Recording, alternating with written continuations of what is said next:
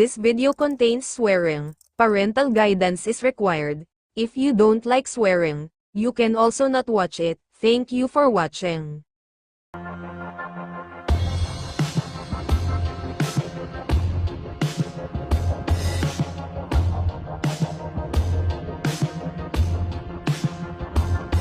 Ang kasalukuyan na karaan, hindi ba mas mabuting hawakan mo muna ang kamay ng iyong panganay na anak? Sa tingin mo ba magpapasalamat ang panganay kong anak niyan? Sobrang katangahan na yan, sana lang hindi niya ako sisihin, kung bakit sinisiraan niya ang asawa niya. Tapos magiging biktima na lang ulit siya ng pangalawa kong anak. At kung, nabigo ang youngest na iligtas siya, mas mabuti sigurong alisin na sa equation ang panganay ngayon. Kahit na anong mangyari, wala akong intensyon o patawarin ang hayop na iyon at ang kanilang mga anak. Galit na nagdikit ang ngipin ng chairman. Yes sir, ihahanda ko po ang lahat. Naglakad ito papunta sa labas ng terrace. Sa bagay, I wonder kung ano ang isosopresa sa akin ni Jang Miang ngayon. Bahagyang ngumiti ang chairman, at hindi kumibo si Secretary Yuon. Sino mag-aakalang, may inggit ako kay Director Yu. Kinabukasan, sa unang araw na pagganap ng ating bida bilang isang CEO, dumating ito sa factory matapos iparada ang kotse. Bumaba ito kasama ni Director Yu, at ni Dechul. Habang naghihintay sa harap ng pabrika ang mga executive. Tingnan mo ang mga mukha nila, bulong ng ating bida nang mapansin nito ang mukha ng mga executive. Mga nakasimangot ito, huminga ang isa, at ang isa ay kunwari ay nag-aalis ng bar sa lalamunan. Ahem, at nang makalapit ang ating bida, good morning President Chun. Hello, akala nila isa lang akong batang baliw. Pero pinaalis ko yung leader nila, so dapat alam nila ang pakiramdam ng shit. Gayunpaman, ito ay hindi sapat, dapat nilang malaman ang parusa para sa lahat ng mga taon, ng masamang pamamahala ay hindi basta-basta mapapalampas. At hindi ko pa masisimulan ito, at nang makapasok ito sa executive meeting room. Anong nangyari kay Vice President Kim Sang-yong? Natanggal siya sa trabaho simula kahapon, umubo ang isang lalaki, bamantong hininga ang isa, ang pamamahala ng aming kumpanya ng refrigeration ay nasa ilalim at tanging control ni Vice President Kim Sang-yong, habang inilapag ang folder, of course. Alam kong nagawa niya magnakaw ng profits ng kumpanya via cash transaction, with your cooperation, sabi ng ating bida, kapansin-pansin ang isang executive ay pinagpawisan, at ang isa naman ay huminga ng malalim. Maya-maya ay muling nagsalita ang ating bida. Sa araw na ito, ay plano kong linisin ang corruption at i-manage ang kumpanyang ito ng maayos. At unang-una, ay gusto ko ang lahat ng executive dito ay upang isubmit ang kanilang letter of resignation. Agad nagulat ang mga ito. After that, makikipagkita ako sa inyo isa-isa, then maaari mong sabihin sa akin, kung sa tingin mo ay mali ako sa paraan ko. At lumingon ito sa katabi niyang lalaki, at ang section chief na si Kim Young-chul, ay gusto ko rin mag-resign siya. Sir, bakit po siya? Sagot ng isang lalaki, naintindihan ko na anak siya ni dating Vice President Kim Sang-yong, hindi mo ba alam? Sinong gustong magpaliwanag kung pumasok si Kim Young-chul sa kumpanyang ito sa tamang ruta o hindi? At gagamit din ako ng external auditor para i-verify ang lahat ng accounts sa nakalipas ng 5 taon, kanya-kanyang bulungan ang mga executive sa sariling nitong mga isipan. Phew, malaking gulo ito, damn it, bulong ng isa pa. Habang si Kim Sang-yong, at ang mga taong ito ay gumawa ng mga personal na pakinabang sa pamamagitan ng katiwalian, ang mga nagtrabaho ng tapat ay malamang na itinulak sa kanilang mga trabaho o umalis dahil sila ay nagkasakit dito. Bulong ng ating bida, ang refrigeration company na ito ay naging isang kahindik-hindak na lugar na napuno lamang ng mga nakaligtas sa pamamagitan ng paghalik kay Kim at sa kanyang anak. Muling bulong nito, may gusto ka bang itanong, nang mapatingin ito sa isang executive, na tila may gustong sabihin, paano naman ang briefing sa kasalukuyang kalagayan ng kumpanya? Kung iuulat mo ang eksaktong listahan ng mga item, at kung ilan ang mayroon, makikinig ako. Pardon, anong ibig mong sabihin? Pinagsalikop ng ating bida ang mga daliri nito bago muling nagsalita. Kasama ba sa listahan ang mga bagay na itinago mo para sa pera? Hindi agad nakasagot ang lalaki. Well, syempre wala sila sa listahan. Sigaw nito na galit na ibinaksak ng ating bida ang kanyang kamao sa lamesa at lumikha ito ng malakas na ingay. Blag, nagulat ang lalaki at napaurong ang dila nito. Bakit? Dahil ba cash ang natanggap ng storage fee kapag diretso kay Kim Sang-yong at sa mga bulsa mo? At huwag mong edahilan o isipin na sabihin mo ginawa mo yun dahil inutusan ka o yun, ang nakaugalian mo, sabi ng ating bida, habang nakakuyom pa rin ang kamao niya sa lamesa. Agad pinagpawisan ang mga ito at walang magawa kung hindi napapikit na lang, sa panahon ng mga individual na meeting.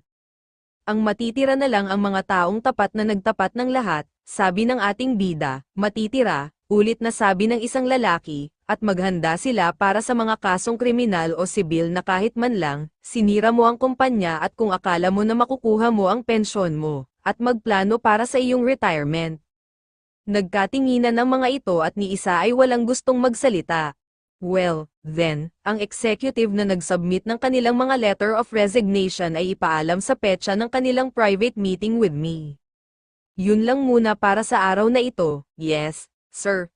Opo sir. Lumipas ang mga oras, sa pag-uwi habang lulan ang tatlo sa kotse, hindi mo man lang ako tinanong ng anumang mga account ng kumpanya.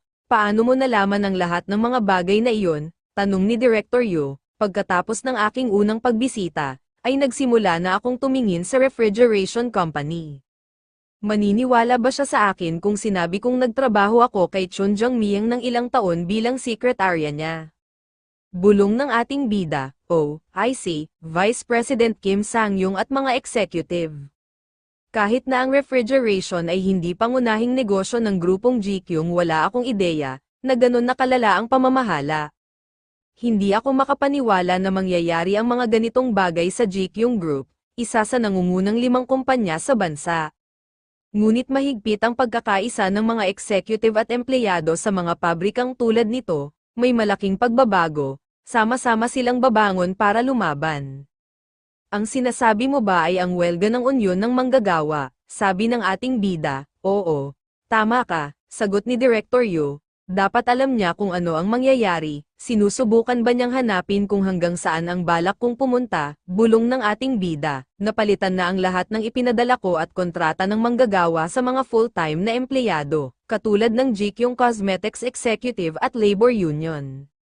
Hindi sana sila tratuhin bilang pamilya, posible ba ang isang pagkalahatang welga sa isang sitwasyon tulad nito, mabuti? Hindi mo alam sa mga tao, na maaaring magkaroon ng isang pangkalahatang welga. Kung ganun, plano kong isara ang kumpanya, sabi ng ating bida. Ngunit ito ay magkakaroon ng negatibong epekto sa iyo. Sabi ni Director Yu, kung may natitira pang bulok na tubig sa loob ng jar, tiyak na mabubulok din ito kahit ibuhos mo sa sariwang tubig. Kung ganoon, hindi mas mabuting kumuha na lang ng isang bagong jar. Nakalkula mo ba ito? Mula noon gusto mo ilipat ang lahat ng manggagawa sa mga full-time na empleyado. Kalimutan mo na ang pagkalkula, sinusubukan ko lang na ayusin ang mga bagay tuwing may nakita akong mali. Sabi ng ating bida, hindi mo malulutas ang lahat ng katiwalian sa mundo sa isang iglap, sabi ni Director Yu, of course, gayunpaman, hindi ako magpapanggap na hindi ko ito nakita, or itulak ito sa isang tabi, at kung gagawin ko iyon, hindi ba unti-unting bubuti ang mga bagay, patuloy sa pagbiyahe ang kanilang sasakyan, maya-maya ay muling tumunog ang cellphone nito, tinignan nito kung sino ang tumawag. Napaisip ito, may nalaman na ba siya, bulong nito, si Chun Jong-miang ito speaking, Sir, si Hwang Song-kyu ito, ang sitwasyon po ay masama. Dahil nagmamadali ka, mabilis akong naghukay sa paligid. Sinundan ko si Kang Sungi at mga informante ni Chun Sang-ki at nakita ko. At ang D-Day na iyon ay 3 PM bukas sir. Ang mga taong ni Kang Sungi ay nag-set up ng schedule sa serbisyo ng National Tax Service sa mga istasyon ng TV. At si Chun Sang-ki at ang kanyang mga tauhan ay bumubuntot kay Chairman Chun Ho-dok. Sabi ng lalaki, kay Papa, sabi ng ating bida, at hindi pa natin alam kung ano ang balak nila. Pero mukhang seryoso sila, Sir, I see, salamat, ipaalam mo agad sa akin kung mahuli mo silang may ginagawa pa. Hanggang bukas po, mag-focus ako sa tax investigation sir. Napasulyap si Director Yu, may problema ba? Tanong nito. Muling nagdayal naman ang ating bida sa kanyang cellphone. Ang paraan ng mga bagay ay mga medyo masama. Hello, sir, si Yuon Mansok ito. Sagot ng nasa kabilang linya, nakatanggap ako ng tip. Sa loob ng mga 3 araw, please maging maingat na bantayan ang aking ama. Yes, sir, maari bang sabihin mo sa akin ang dahilan kung bakit ko gagawin ang... Agad pinutol ng ating bida ang sinasabi ni Secretary Yuon. Sa tingin ko hindi pa oras para sabihin ito, sa tingin ko sa 3 araw ay dapat gawin mo, please alagaan mo siya. Sapat na ba ang 3 araw? Muling nagsalita ang nasa kabilang linya. Papa, gulat na, nasambit ng ating bida, dahil nasa loudspeaker pala ang cellphone ni Secretary Yuon. Sigurado ka bang sapat na ang 3 araw? Muling sabi ng chairman, opo. Ako na po ang bahala sa lahat. Ito ba ay tungkol sa iyong pangalawang panganay na kapatid? Muling tanong ng chairman, alam na niya, nakakatakot siyang tao. Talaga, bulong ng ating bida. Ako na po ang bahala sa lahat, ipaubaya mo na lang sa akin, sir. Sabi ng ating bida, hahaha, tawa ng chairman, bago muling nagsalita. Mapagkakatiwalaan ba kita? Mapagkakatiwalaan mo ako sa isang ito. Sabi ng ating bida, fine. Mananatili ako kay Secretary Yuon sa loob ng 3 araw, lutasin mo ng maayos ang problema. Sabi ng chairman, matapos makipag-usap ay ini-off nito ang cellphone at huminga ng malalim. Napasulyap naman si Director Yu, alam kong magtatagumpay ka. Sabi nito, maaaring alam mo na, pero dapat ay itigil na muna nating ang tax investigation. So, iniisip ko makipagkita kay Assemblyman Heo Sejep. Sa tingin mo may kapangyarihan ba siyang ihinto ang serbisyo ng National Tax Service? Sa tingin ko kaya niya, pero kahit isang araw lang ay mahihirapan siyang pigilang ito. Para pigilan ang director ng National Tax Service. At kailangan mong kumuha ng approval mula sa Blue House. Ngunit kung minamadali mo ang mga bagay, lalabas ang mga salita. At si Assemblyman Heo ay hindi dapat makipagsapalaran. Paano kung bigyan ko siya ng magandang dahilan para? Maaaring isaalang-alang niya ito, ngunit ang problema ay wala ng gaanong oras. Napaisip ang ating bida, ano ang gagawin ng akin ama? Bulong nito, ano ang gagawin ni Chairman Chun Hodok para malutas ito?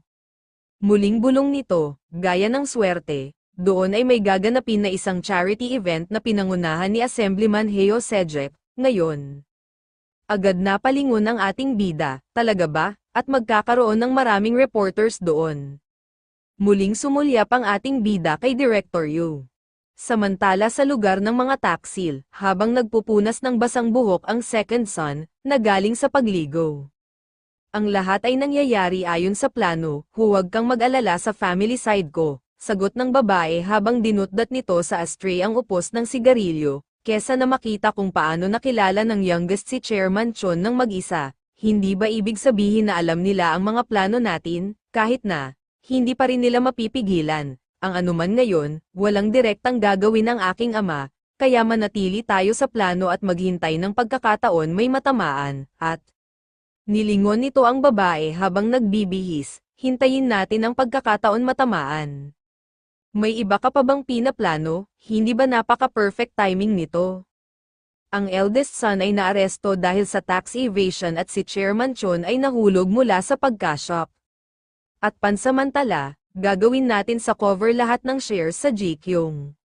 At sa tulong mo, aabot sa 5 billion won ang inheritance tax, tama ba? Sabi ni second son, paano kung si Chairman Chon ang unang tamaan nito? Sabi ng babae nang sumulyap ito, then, magkakaroon ng car accident tulad na nangyari sa US. At kung magkakamali ay mapupunta sa parehong estado. Sabi ng lalaki, tama, ang tusong ahas ng iyon na hindi lumuhan ng marinig ang pagkamatay ng kanyang anak na babae. At ginamit na aksidente sa sasakyan upang maalis ang lahat ng kasangkot. Bulong ng babae, then, dapat mayroon din akong chain ng department store.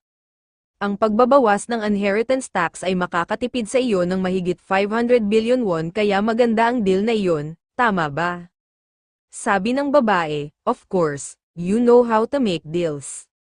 Sabi ng lalaki, pwede namang bumagsak ang chairman kinabukasan di ba? Sabi ng babae na unti-unti nagtanggal ng botones na suot na damit pang itaas. At binuksan ito, on the note, ang ibinaba nito ang damit.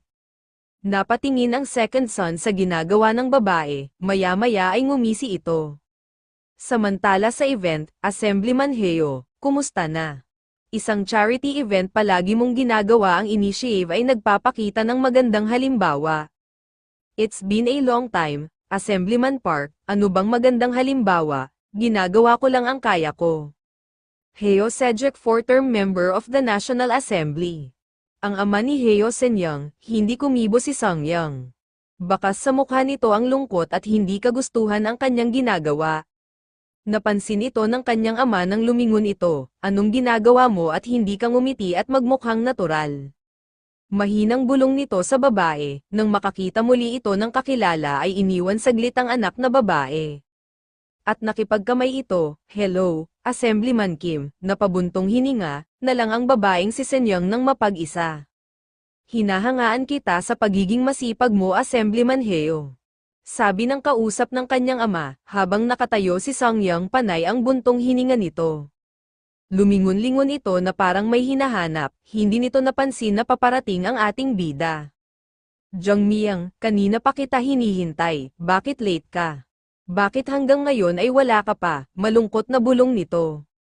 Hindi nito napansin ang paglapit sa kanya ng ating bida.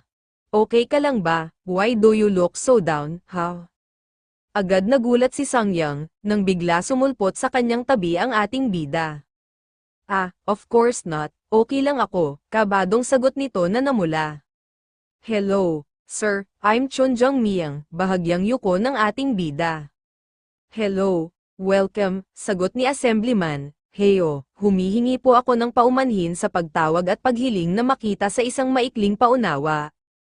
Na nakipagkamay ito, alam kong busy ka, don't worry, tumingin ang ating bida, tila ba pinag-aralan ang mukha ng kaharap. Ganoon din ang lalaki, at hanggang sa nag-usap ito sa isang silid ng opisina, alam mo ba na ikaw ang usapan ng bayan, pero, ginawa mo full-time na empleyado ang lahat ng manggagawa, ito ba talaga ang idea mo? Yes po, at ito ay, agad tumawa ang lalaki, ha, tama, dapat marunong mag-share ang mega-rich, kaya tatahimik at susunod ang mga mahihirap.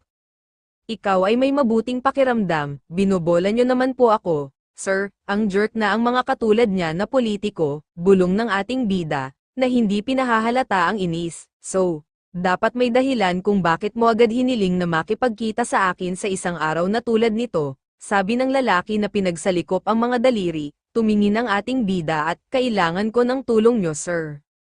Naparito ako upang humingi sa iyo ng isang bagay na may kahirapan. Ano ang maaaring maging mahirap sa pagitan mo at sa akin? Huwag kang mag-alala, ilabas mo lang, sa 3 PM bukas, isang tax investigation ang nakatakda para sa GQ ng Construction and Electronics. Sa pangunguna ng aking panganay na kapatid, at nakinig ang lalaki. Ang Director of the National Tax Service ay related sa aking sister-in-law. At sa tingin ko ang pamilya niya ay hinahabol ang mga kumpanyang iyon, gayunpaman, malamang natapusin ito ang isang maliit na singil, na may karagdagang pagbabayad ng buwis, at walang magiging problema si Chairman Chun sa pagharap niyan, ang grupo ay maaaring walang ingat na suportahan siya sa napakaraming mga mata sa amin, at kung magbabayad tayo ng buwis sa pamamagitan ng proxy, maaari nilang habulin ang buong grupo. Assemblyman Heo, maaari mo bang ipatigil ang pagsisiyasat sa tax? Napatingin ng seryoso ang lalaki, makinig ka, at kahit na kaya ko ito. Inilagay ang daliri sa chin, walang sapat na oras para gawin ito bukas. Gusto ni Papa na kunin ko ang 2 kumpanya ng mga panganay kong kapatid. Pagkatapos nun ay papasok na ako bilang tagapagmana ng buong grupo. Oo, hindi ba yun ang gusto mo? Ang ultimate goal mo ay maging presidente, di ba, sir? Susuportahan ko ang iyong presidential election, sir. Ano, bulong ni Assemblyman Heo, look, Jung Miyang. Ang halalan sa pagkapangulo ay hindi isang bagay, na maaaring manalo na sino man dahil lamang sa mayroon silang pera. Tanging may matatag na paniniwala at kumpiyansa na paunlarin ang bansang ito, at magpapasaya sa mga tao at maaaring manalo. I wonder kung meron bang iba sa loob at labas gaya niya. Bulong ng ating bida, sa tingin ko, kailangan ko pa ng mas maraming karanasan. Sinabi ko iyon dahil wala akong alam na maaaring mamuno ng mas mahusay kaysa sa iyo, sir. Kaya sinasabi mo, na kailangan kong itigil ang pagsisiyasat sa buwis. Nag-aalala lang ako, baka maapektuhan ka ng planong pagsisiyasat sa buwis, sir. Yun lang, ano ba ang pinagsasabi niya, bulong ng lalaki. Dahil ikakasal na ako sa anak mo, kung ang aking pamilya ay sumasailalim sa isang pagsisiyasat sa buwis. Maaari itong magkaroon ng negatibong epekto sa iyong kampanya sa pagkapangulo later. Agad na ibaba nito ang tasa ng kafe, syempre ang aking ama ay maaaring direktang pumasok at lutasin na ito. Ngunit magiging mas maganda kung hahawakan ko ang problemang ito. Napaisip ang lalaki, kaya, balak ko magpa-interview sa'yo, sir. Sasabihin ko na ang paglalagay ng lahat ng manggagawa bilang mga full-time na empleyado ay salamat sa iyong mga turo. At sasabihin ko na bilang isang entrepreneur, gagawin ko ang lahat ng aking makakaya para sa walang kinikilingan na mundo na sinisikap mong buuin. Wala pang opisyal na paninindigan ng grupo sa isyu na empleyado, di ba? Kung mare-resolve ba ko ang pagsisiyasat sa buwis, magkakaroon ako ng higit na kapangyarihan. Maraming reporter ngayon, magagawa mo ba ang mga pangakong iyon sa harap nila? Sabi ng lalaki, then, ano ang gagawin mo tungkol sa pagsisiyasat sa buwis? Hahaha, magaling ka, at hindi kumibo ito, pinag-aralan ang kilos nito. Kung ganun, pwede ka bang maghanda ng 2 billion won ngayon? Oo, walang problema, tumayo ang lalaki at, mabuti, kung gayon, sabay tayong kumilos mamayang hapon. Yes, sir. Sabay tayo din, ng ating bida, at sa event sa harap ng maraming taong mayayaman at kilalang politiko, at reporter. Ikinalulungkot kong pinaghintay ko kayong lahat, at bago tayo magsimula at mayroon akong gusto ipakilala, habang nakatayo sa gitna ng stage si Assemblyman Heo, at ang ating bida, siya ang aking may soon-to-be son-in-law na dumating upang suportahan ang kanyang hamak na magiging father-in-law, at naglaan ng oras para makasama kami ngayong gabi. Hindi ba kapuri-puri yan sa isang binata ngayon hahaha, please introduce yourself, sabi ng lalaki sa ating bida. Hindi ba siya si Chon Jong-myung, ang third son ng Jikyung Group? Oo, nga si Chon Jong-myung, balita ko, nakikipag-date siya sa anak ni Assemblyman Heo Sejek. I guess ikakasal na talaga sila, bulungan ng mga taong nasa paligid nila. Nakikita kong na nakilala na siya ng mga ilan sa inyo. Tama nga. Siya ay si President Chon Jong-myung ng Jikyung Group. Sabi ni Assemblyman Heo, habang hawak ang mikropono, na agad ibinigay sa ating bida. Hello everyone, I'm Chon Jong-myung, dumating ako ngayon para suportahan ang akin magiging biyenan, ngunit si Assemblyman Heo Sejek, ay isang lalaking hinahangaan ko sa kanyang pagsusumikap at dedikasyon, sa bansa at mga taong may hudyat na katapatan at integridad. At palagi niya ako tinuturuan ng isang bagay na napakahalaga. Ito ay tungkol sa pag-iisip ng isang mundo, kung saan ang lahat ay namumuhay ng maayos ng magkasama. Nagulat si Songyang sa mga narinig na sinabi ng ating bida, at hindi ito makapaniwala sa kabaligtaran na sinasabi tungkol sa kanyang ama. At kung ano ang maaaring ibalik ng negosyanteng tulad ko sa lipunan. Base sa mga turo ni Assemblyman Heo, inilagay ko ang lahat ng mga manggagawa sa dalawang kumpanya na pinamumunuan ko sa loob ng Jikyung Group bilang mga full-time na empleyado. Ano, lahat ng employee daw, pwede ba yun? Pasulong at patuloy kong susulitin ang pagtuturo ni Assemblyman Heo. Gawin ang aking makakaya, upang bumuo at matapat at makatarungan na company. At hinihiling ko ang inyong patuloy na suporta kay Assemblyman Heo Sejek. Agad nagpalakpakan ang mga tao sa kanilang harapan. Dahil sa mga magagandang sinabi ng ating bida, clap clap clap. Sumulyap ang lalaki, well, mas matalino siya sa inaakala ko. Bulong ng assemblyman, at nang matapos ang speech. Salamat po, patuloy sa palakpakan ng mga tao, bahagyang nagyakap ang dalawang lalaki. Thank you very much na bahagyang tinapak-tapik nito sa likod ang ating bida. Sabay bulong nito, aayusin ko ito, sa lalong madaling panahon, ihanda mo na ang pera at maghihintay ako. Bulong ni Assemblyman sa ating bida, matututunan ko rin lahat ng paraan niya kahit ano pa ito.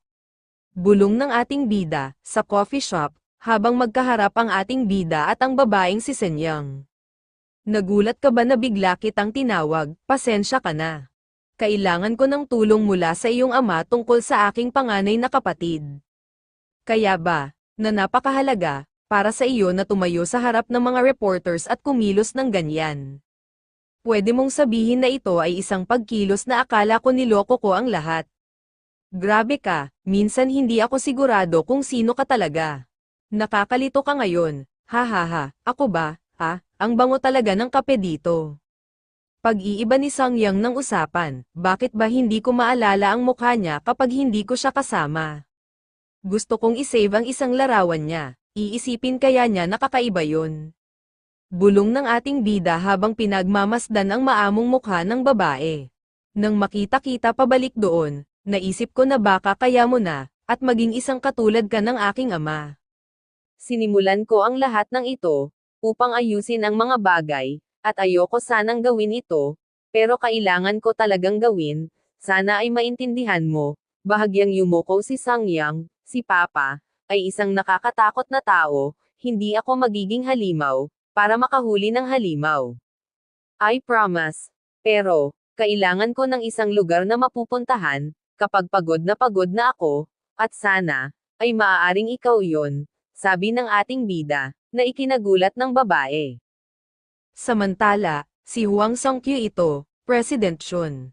Sabi ng nasa kabilang linya, may nahanap ka ba, at gaya ng sinabi mo, lumilitaw na si Kang Sumi at si Chun Sangki ay mayroon relasyon. Meron po akong CCTV footage ni Kang Sumi, na pumapasok at lumalabas sa isang hotel sa Samsung-dong. Nagstay po sila ng 2 hours kasama si Chun Sangki, sa VIP suite sa 12th floor.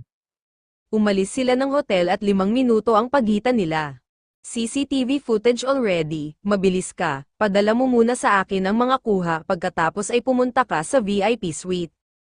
And please maghanap ka ng anumang magagamit ko laban kay Cho Sewan, ang Director ng National Tax Service. Opo, sir, may iba pa bang galawan sa dulo si Chun Sangki, may mga nakalagay sa schedule ni Chairman Chun, na binabantayan ko pa, pero wala pang espesyal. Sir, I see. Please manatili kayong nakabantay sa kanya. Of course, sir. Matapos makipag-usap, ay tumano ang ating bida sa terrace, at huminga ito ng malalim. Bastard, ano ba sa mundo ang plano nila, bulong ng ating bida. Samantala sa bahay ni Chairman, okay, patuloy na manood, at sabihin sa akin kung may mangyari. Sabi ni Secretary Yuon, sa kausap sa telepono, lumingon ito sa Chairman at, Sir, tawag nito, si President Chun, ay nakipagkita kay Assemblyman Heo. Inihayag niya na siyang magiging future son-in-law sa harap ng mga reporter. Sinabi po niya ang mga pagbabagong ginawa niya ay pawang pagpapasalamat sa mga turo ni Assemblyman Heo. Sabi ni Director Yu, na naroon din, ha, agad na natawa ang chairman. Ano, kanino natuto, sigaw na natatawa ito, tiyak na nakumbinsi niya ang rakon na iyon, sa isang matalinong kasinungalingan. Ha, sa tingin niyo po ba tutulungan siya ni Assemblyman Heo, sir? Sabi ni Secretary Yuon, sa tingin mo bakit niya idineklara si Jungmyong, bilang magiging son-in-law niya sa press? Ibig sabihin pinagpustahan siya ng rakon, Jongmyang. Kinukumbinsi niya siya sa pamamagitan ng pangangatwiran na ang tax investigation, sa hinaharap ng kanyang anak na babae, sa mga batas ay dapat itigil. Bagaman iyon ay isang magandang dahilan, ang assemblyman na si Heo, ay isang taong nag-aalala tungkol sa kanyang imahe, ay magiging ganoong kadali. Sabi ni Director Yu, ang rakon na iyon. Sabi ng chairman. Malamang hindi siya matitinag, pero impyerno ang gagawin ng mga tao na nakapaligid sa kanya, sa trabaho. Binanggit siya bilang isang malakas na kalaban, para maging susunod na Prime Minister. Mayroon siyang kamangha-manghang malakas na kapangyarihan, sa loob ng kapulungan. Nagtagumpay si President Chun, sa paglipat ng isang tao sa loob lamang ng ilang oras, walang sinasabi kung ano ang maaari niyang gawin, sabi ni Director Yu, kaya nga namangha ako, at paano sa mundo na nanalo siya sa rakon, sabi ng chairman na natutuwa na may paghanga sa kanyang bunsong anak, agad na lumingon ito kay Director Yu. At tumitig ito, bakit po kayo nakatitig sa akin? Kapag pinag-uusapan po nating si Chun, parang iba ka sa dati mong sarili, sir. Sino? Ako, react agad ng chairman, ganyan din po ang tingin ko, sir. Sabi ni Secretary Yuon, na agad din nilinggan ito ng chairman. Talaga ba, yung batang iyon, patuloy niya akong pinapatawa. Mas gusto ko ang matalim na tingin sa mga mata niya, kaya naiisip ko pa rin siya, sabi ng chairman. Samantala sa isang building, I think makukuha din natin na ekadena ang department store, hindi ba magiging maayos ang mga bagay-bagay? Huwag mong hahayaan na ang iyong mga guard, dapat kang maging mas maingat kapag may ganitong mga bagay. Ginagawa ko ang best ko. Dad, medyo umaarte ng hindi maganda ang playboy na bunsong anak, pero hindi naman magiging issue. Si Chun Woo-dok ay hindi karaniwan tao. Kang Jong-hye, chairman of Yunhil Education Foundation ang ama ni Kang Sungi. Kung nahuhulaan mo ang anumang mga problema, pinakamahusay na itigil ang plano. Don't worry, Dad, sagot ng babae, dahil ang mga batang tinulungan ko sa pagpapalaki, ay nasa kapangyarihan ngayon ay pinilit ko ang aking sarili sa planong ito. Ngunit talagang abala ako tulad ng foundation, at huwag mong kakalimutan na pag-greedy, ka baka mahuli ka at mapababa. Hindi ka mabubuhay magpakailanman na kayuko, sa mga walang isip na magulang ng mga estudyante dito. At kahit ang mga walang kwentang pinag-aralan ay humihingi ng pagkakapantay-pantay at karapatan, hindi ko sila matitiis. Sabi ng hangal na si Kang Sungi, at kung makukuha nating ang construction, electronics at department store, pagkatapos ay maaari mong ibenta ang mga tutoring academies, at dahan-dahan lamang ang pagiging chairman ng school. Dad, haha, okay, dapat ay ipinanganak kang anak na lalaki, sabi ng kanyang ama, na agad ikinainis ng babae. Enough sa anak na lalaki, scrap, damn it, bulong ng babae, na hindi kayang sabihin ng malakas sa ama. Kung nakatakda, ka na gawin ito, gawin mo ang iyong paraan. Isa akong director, tama, at pinagkakatiwalaan kita sa isang ito. Samantala habang nasa biyahe sa loob ng sasakyan, ang ating bida, may meeting ka sa Vice President ng Financial Supervisory Service, FSS at sa Chairman ng National Assembly. At nag-set up din ako ng meeting para sa iyo kasama ang presidente ng isang broadcasting company, at kung ang FSS at ang chairman ng National Assembly, pati si Director Cho Sewon ng National Tax Service ay aatras din, sabi ni Assemblyman Heo. Ito ay tungkol sa personal na koneksyon sa mundong ito, bulong ng ating bida. Ang problema, ang ama ni Kang Sungi, ay nagpapatakbo ng isang private school at maraming maimpluwensyang tao na dumaan dito, lalo na't marami sa mga tanggapan ng Judicial Office, the Foreign Ministry and the Education Ministry. May info ka ba? Kailangan natin ng siguradong paraan para pigilan sila. Maari kong ilantad ang relasyon ni Chun Sang-ki kay Kang Sungi, pero hindi pa ito ang tamang oras para gamitin ang card na iyon, bulong ng ating bida. Pasensya na wala pa akong naisip. Okay. Sige, patayin natin ang apoy sa harapan natin ngayon, at pag-isipan ito mamaya, at maya-maya pa ay dumating na sila sa Financial Supervisory Service, at sa loob ng opisina. Ako si Song Woo-jun. Song Woo-jun siya ay Vice President of the Supervisory Financial Service. Hello, ako si Chun Jong-myung, natutuwa akong makilala ka. Sabay abot ng kamay ng ating bida, ngunit bahagyang hinayla ito ng lalaki. Ano? Bulong ng ating bida, bastard, anong kalokohan ang ginagawa niya? Hindi niya hinahawakan ang kamay ko, sa pakikipagkamay. Ganito ba ang pagpapakita mo ng kataasan, sa gawain ng iyong mga tao? Bulong muli ng ating bida habang tinatitigan nito ang seryosong mukha ng lalaki. So, balak ko makipagkita sa Chairman of the National Assembly, pagkatapos kong makilala ka. May iba pa ba akong dapat makilala, kung si Kang Sungi ang may pakana nito, si Chairman Kang Jawan ang nasa likod nito. Siyempre, ang pagtanggal ng kapangyarihan kay Kang Jawan ang magiging pinakamabisa. Pero alam mo, maraming may ugnayan sa school foundation niya, mahirap siyang ibagsak. Sabi ni Assemblyman Heo, oo natatakot ako na yun ang problema, sagot ng lalaki, at si Jung Ang-kyo ay kabilang din sa mga tauhan ni Kang Jawan. Tama ka, si Jung Angkyo, bahagyang inis na sabi ni Assemblyman, si Jung Angkyo, karibal ni Heo Sejak sa politika, bulong ng ating bida, kaya kailangan ko pa bang gawin ito, ipapakita ko kay Jung Angkyo, sa tangang iyon, kung ano ang mangyayari kung subukan niyan guluhin si Heo Sejak, at tuturuan ko siya ng leksyon.